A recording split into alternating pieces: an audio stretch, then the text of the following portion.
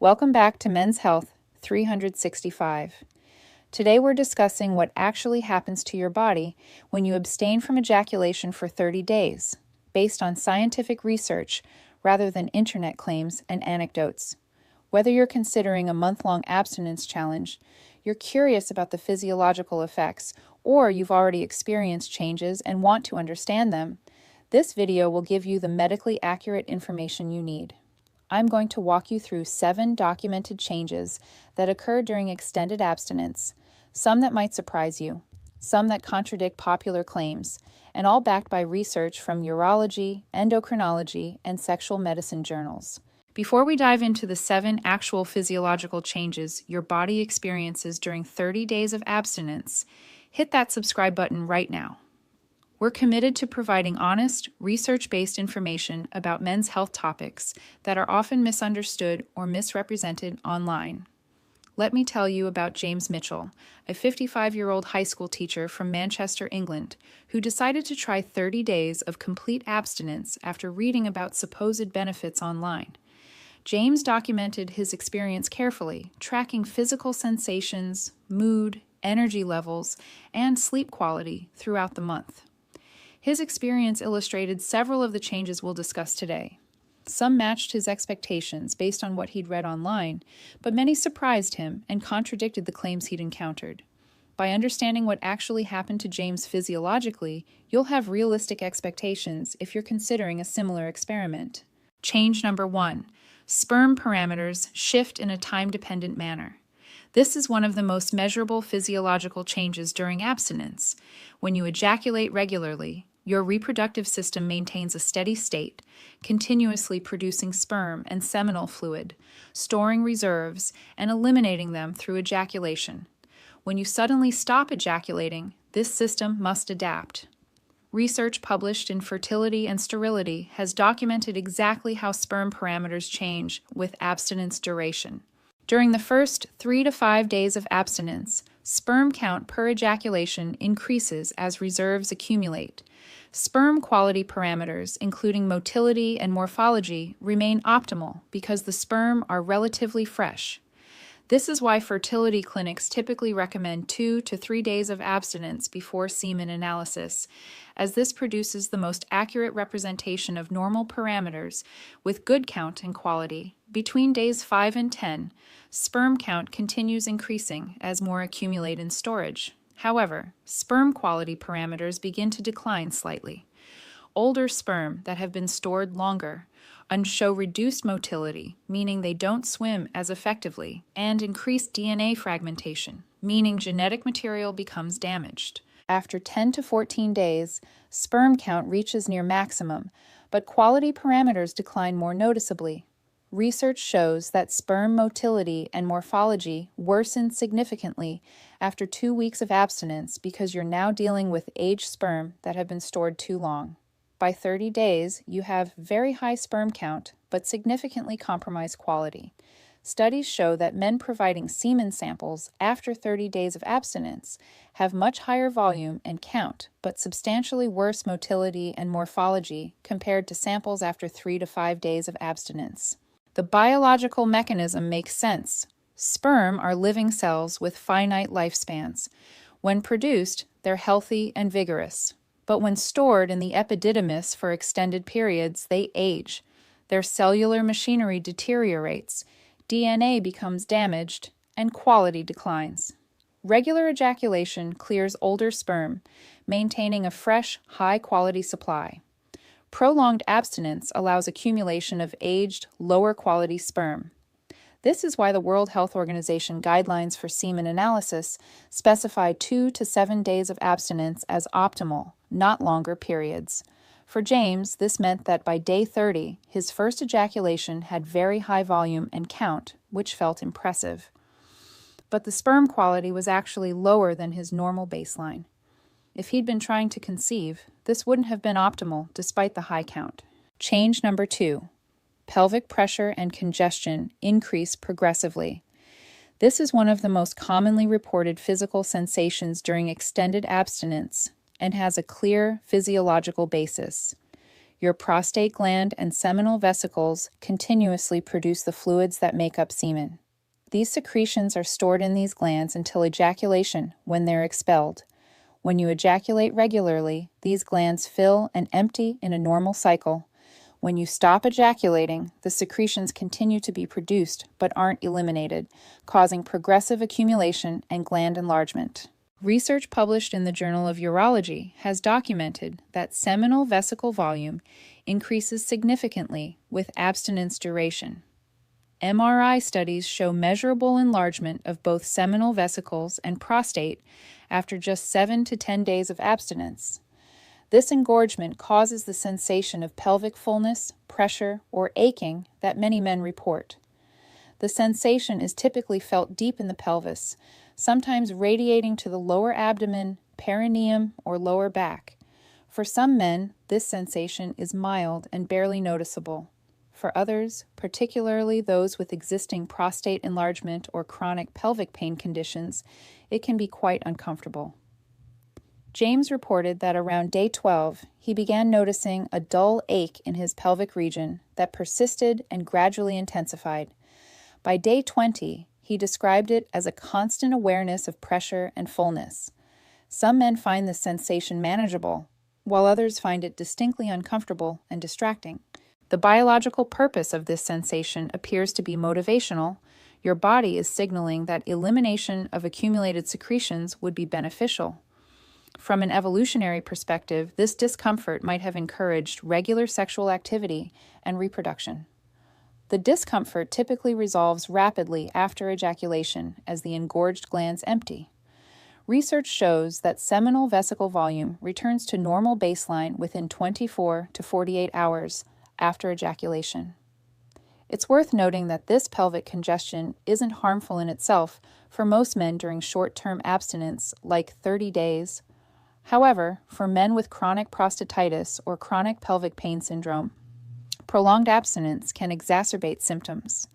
Urologists often recommend regular ejaculation as part of treatment for these conditions, specifically because it prevents secretion accumulation and reduces inflammation. Change number 3. Spontaneous erections and nocturnal emissions increase dramatically. This is a predictable neurological and physiological response to abstinence.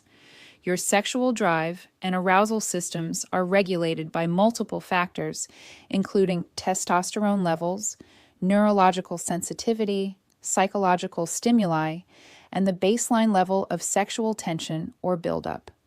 When you engage in regular sexual activity, these systems maintain a certain equilibrium. When you suddenly abstain, sexual tension builds progressively. Research published in the Archives of Sexual Behavior documents that spontaneous erections, both during waking hours and during sleep, increase significantly during abstinence periods. Men report more frequent and firmer spontaneous erections throughout the day, often triggered by minimal stimuli. Sleep-related erections, which occur during REM sleep cycles, become more frequent, firmer, and longer-lasting. These increased nocturnal erections often disrupt sleep, as men wake up with uncomfortable erections or experience restless sleep from the repeated arousal. Nocturnal emissions, commonly called wet dreams, increase substantially during extended abstinence, particularly in younger men, but occurring at any age. These are involuntary ejaculations during sleep, typically occurring during dreams with sexual content. Research shows that nocturnal emission frequency increases after about 2 weeks of abstinence, with some men experiencing them weekly or even more frequently during prolonged abstinence. James reported that, starting around day 16, he was waking up almost every night with strong erections that made it difficult to fall back asleep. By day 23, he experienced his first nocturnal emission in over 20 years. While not particularly problematic, these experiences were disruptive to his sleep quality and somewhat embarrassing despite being a normal physiological response. The biological mechanism involves multiple factors. Sexual tension and arousal threshold decrease with abstinence, meaning smaller stimuli trigger arousal responses. The nervous system becomes more sensitive to sexual cues. Additionally, the physical pressure from engorged seminal vesicles and prostate may trigger reflexive responses during sleep when conscious control is absent. Nocturnal emissions serve as a release valve, preventing excessive accumulation when voluntary ejaculation isn't occurring. From an evolutionary perspective, increased spontaneous erections and eventual nocturnal emissions ensure that reproductive material doesn't accumulate indefinitely and that the system continues functioning even during periods without sexual activity. For men attempting abstinence challenges, these spontaneous responses can be frustrating as they work against the goal and create constant physical reminders of what you're abstaining from. Change number 4. Psychological and mood changes vary dramatically between individuals. This is one of the most inconsistent changes during abstinence, with different men reporting opposite experiences. Some men report feeling more focused, calm, and energized during abstinence.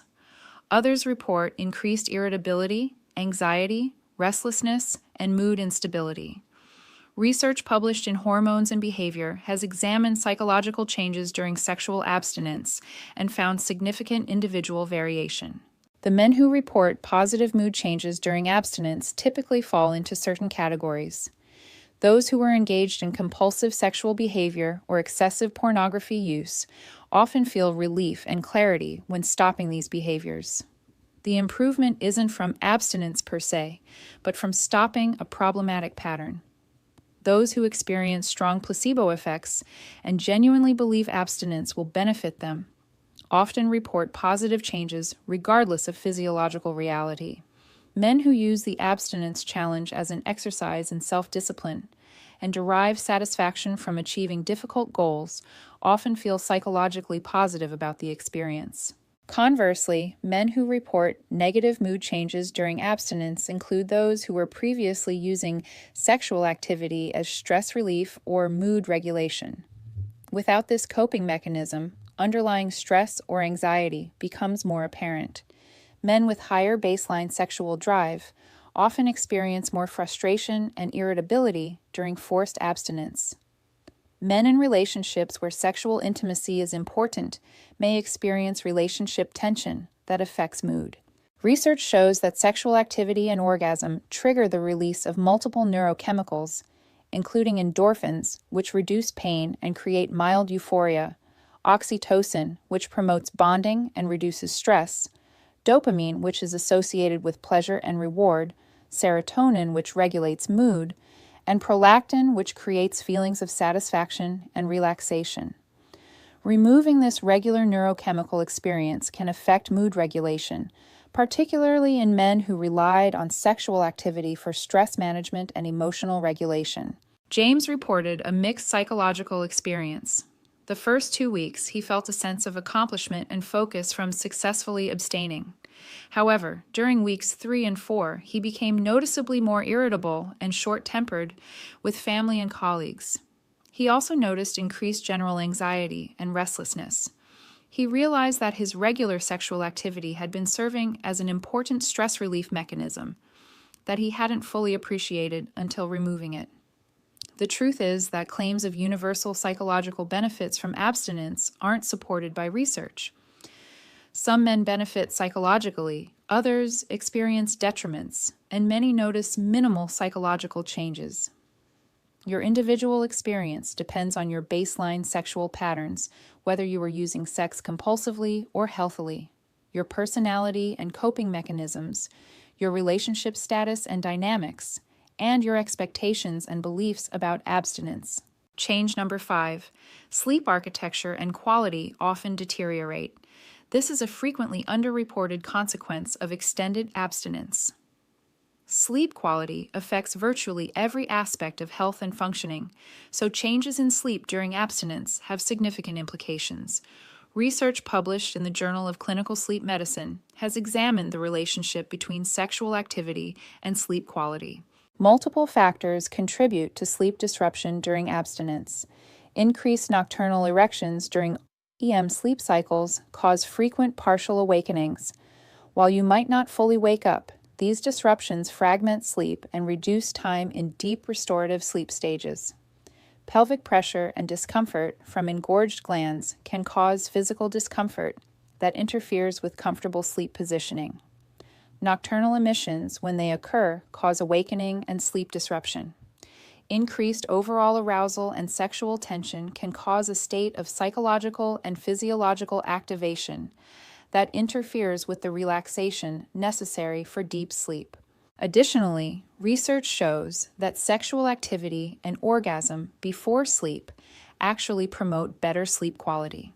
The neurochemical changes following orgasm, particularly the release of prolactin and the activation of parasympathetic nervous system, create physiological conditions that support falling asleep quickly and achieving deeper sleep. Men who regularly engage in sexual activity before bed often find that abstinence removes this sleep-promoting mechanism. Studies using polysomnography, which measures brain waves during sleep, show that men during prolonged abstinence spend less time in deep, slow-wave sleep and have more frequent micro-awakenings throughout the night compared to their baseline patterns with regular sexual activity. The result is that even if total time in bed remains constant, actual restorative sleep quality decreases. James tracked his sleep using a fitness tracker and noticed a clear pattern. His deep sleep time decreased by approximately 20% during the abstinence month compared to his baseline. He woke up feeling less refreshed despite spending the same amount of time in bed. He also noted frequent nighttime awakenings, often with erections, that hadn't been typical for him previously. For men attempting abstinence challenges, this sleep disruption can have cascading effects on daytime energy, mood, cognitive function, and physical performance. Poor sleep affects virtually everything, and some of the negative experiences men attribute to abstinence itself may actually be secondary effects of disrupted sleep. Change number 6. Testosterone patterns show minimal change despite widespread claims. This is one of the most misunderstood aspects of abstinence. As we discussed in the previous video about myths, there's a widely circulated claim that testosterone increases dramatically during abstinence, particularly around day 7. The reality based on comprehensive research is far less dramatic. The frequently cited study showing a 45% testosterone increase on day 7 of abstinence was small, involved only 28 men, and the increase was temporary, returning to baseline, even with continued abstinence. Larger, more rigorous studies have consistently failed to find clinically significant testosterone changes with abstinence. Research published in the Archives of Andrology followed testosterone levels daily in men during various abstinence periods and found that any fluctuations were within normal day-to-day variation and not sustained. Your testosterone levels fluctuate naturally throughout the day, typically highest in early morning and declining through the day, and throughout the week with natural rhythm independent of sexual activity. These normal fluctuations, which can be 20 to 30% from peak to trough, are far larger than any effect of abstinence. The amount of testosterone in ejaculate is physiologically negligible, about 4 to 15 nanograms per ejaculation compared to 7 million nanograms produced daily. The idea that you're losing meaningful testosterone through ejaculation doesn't hold up to biological scrutiny. James had his testosterone measured at baseline before starting abstinence and again at day 30. His levels were virtually identical, within the margin of normal variation, despite his month of abstinence. What does affect testosterone levels significantly? Sleep quality and duration, which ironically may worsen during abstinence due to sleep disruption.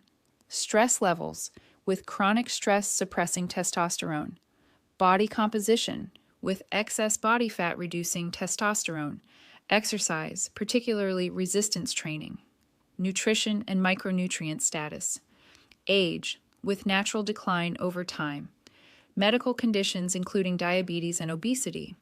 If you're hoping to boost testosterone through abstinence, the research clearly shows this isn't an effective strategy. Focus instead on the proven factors like improving sleep quality, managing stress, resistance training 2 to 3 times weekly, maintaining healthy body weight, and ensuring adequate nutrition.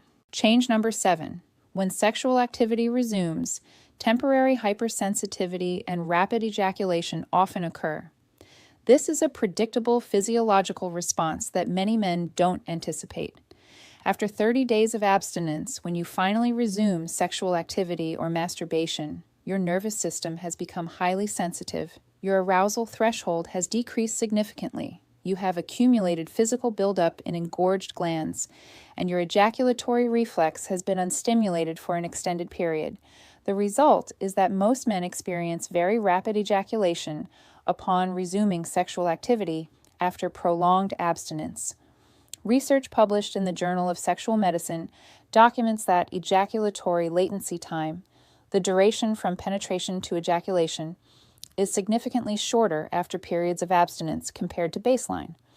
Some men who normally last 10 to 15 minutes might ejaculate within 1 to 2 minutes or even seconds after 30 days of abstinence.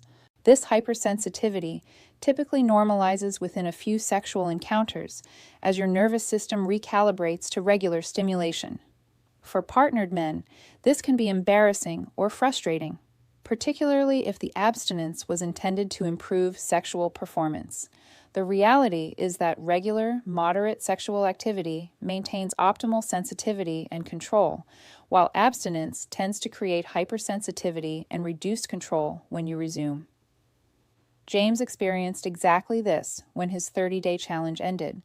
His first ejaculation occurred extremely rapidly with minimal stimulation, which was somewhat anticlimactic after a month of buildup and anticipation. He required several days of returning to his normal frequency for sensitivity and control to return to baseline levels.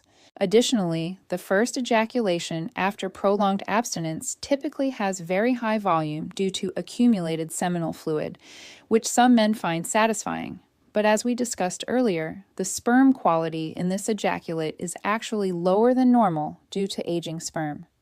By the second and third ejaculations over the following days, volume returns to normal and sperm quality improves as aged specimens are cleared and replaced with fresh production. Now let's discuss what all 7 of these changes mean collectively. The physiological changes during 30 days of abstinence are real and measurable. Sperm parameters shift with increasing count but decreasing quality. Pelvic congestion and pressure build progressively. Spontaneous erections and nocturnal emissions increase. Psychological changes vary individually. Sleep quality often deteriorates. Testosterone shows minimal change despite popular claims. Hypersensitivity and rapid ejaculation occur when resuming activity. Notice that this list includes some neutral changes, some potentially unwanted changes, and very few clearly beneficial changes. This aligns with the medical consensus that extended abstinence isn't particularly beneficial for most men and can produce unwanted effects. For James, his 30-day experiment was educational, but not something he plans to repeat. The pelvic discomfort, sleep disruption, and mood changes outweighed any perceived benefits.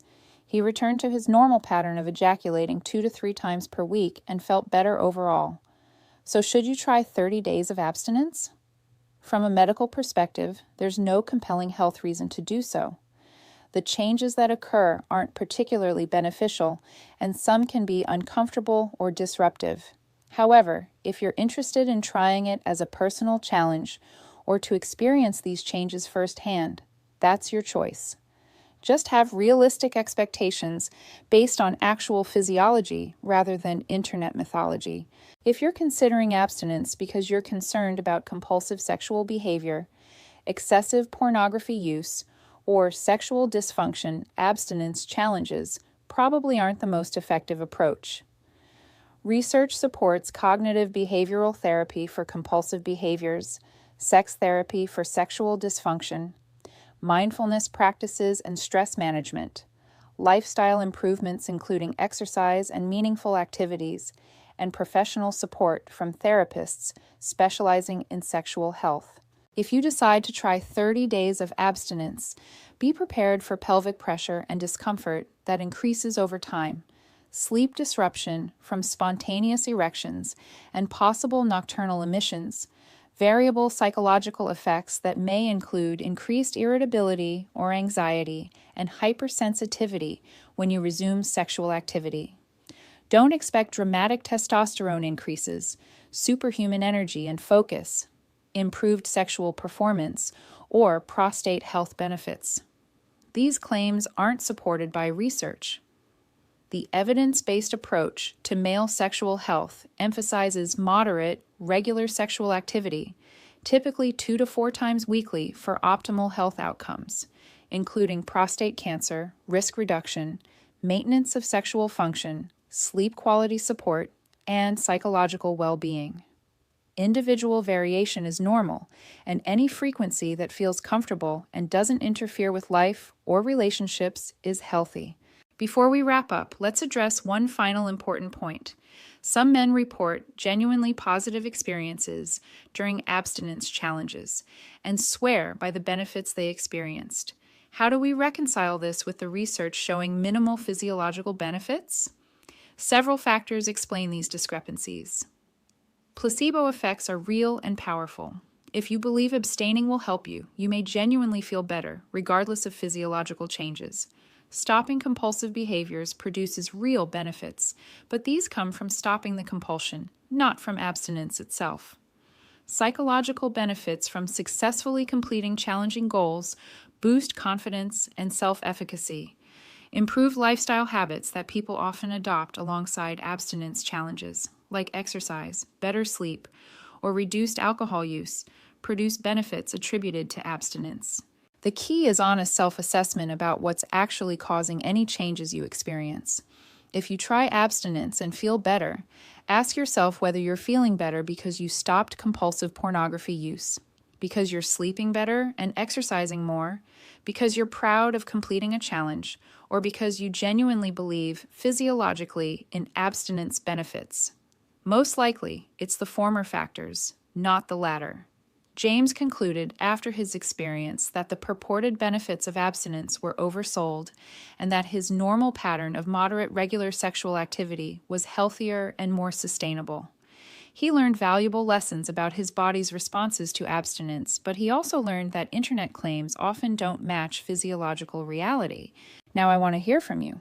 Drop a comment below letting us know what country you're watching from and whether you've tried extended abstinence and what changes you experienced. And please, hit that subscribe button. We're committed to providing honest, research-based information about men's sexual health that cuts through internet mythology and gives you the physiological facts. By subscribing and sharing, you help us reach more men who need accurate information rather than exaggerated claims. Remember, sexual health is an important component of overall health. Understanding what actually happens in your body during abstinence helps you make informed decisions based on science rather than hype. For most men, moderate regular sexual activity is healthy, beneficial, and sustainable. Extended abstinence produces measurable physiological changes, but these aren't the miraculous transformations often claimed online.